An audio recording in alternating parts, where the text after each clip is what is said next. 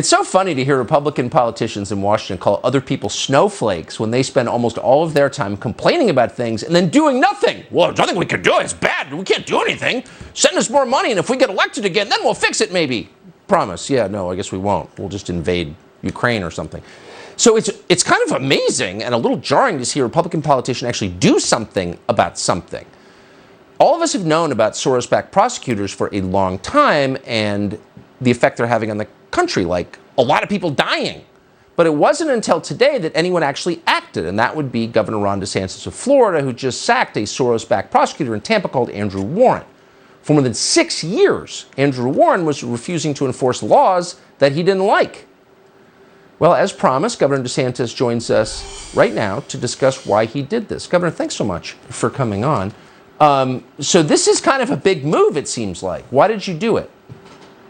Well, Tucker, you documented the destruction that we've seen with these Soros prosecutors around the country, where they basically take it upon themselves to determine which laws should be followed and which laws should not be followed. And I can tell you in Florida's Constitution, that Constitution vests the veto power in the governor, not an individual district attorney or a state attorney where they can pick and choose. And so I asked my staff to review all state attorneys in the state of Florida. I wanted to see who was picking and choosing. And this is the guy that all the line prosecutors, all the law enforcement said he thinks he can pick and choose which laws. And he actually signed letters saying he wouldn't force laws against transgender surgeries for minors, laws protecting the right to life. And then he has all these policies in his agency that are called presumptive non-prosecution. No, the law is presumptively enforced. That's not something that's acceptable. Right. And so today we made the decision. The jarring thing about it, though,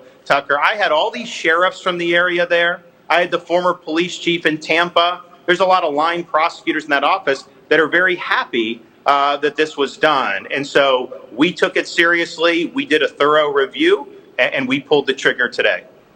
I mean, it's so obviously unconstitutional. Legislatures make the laws.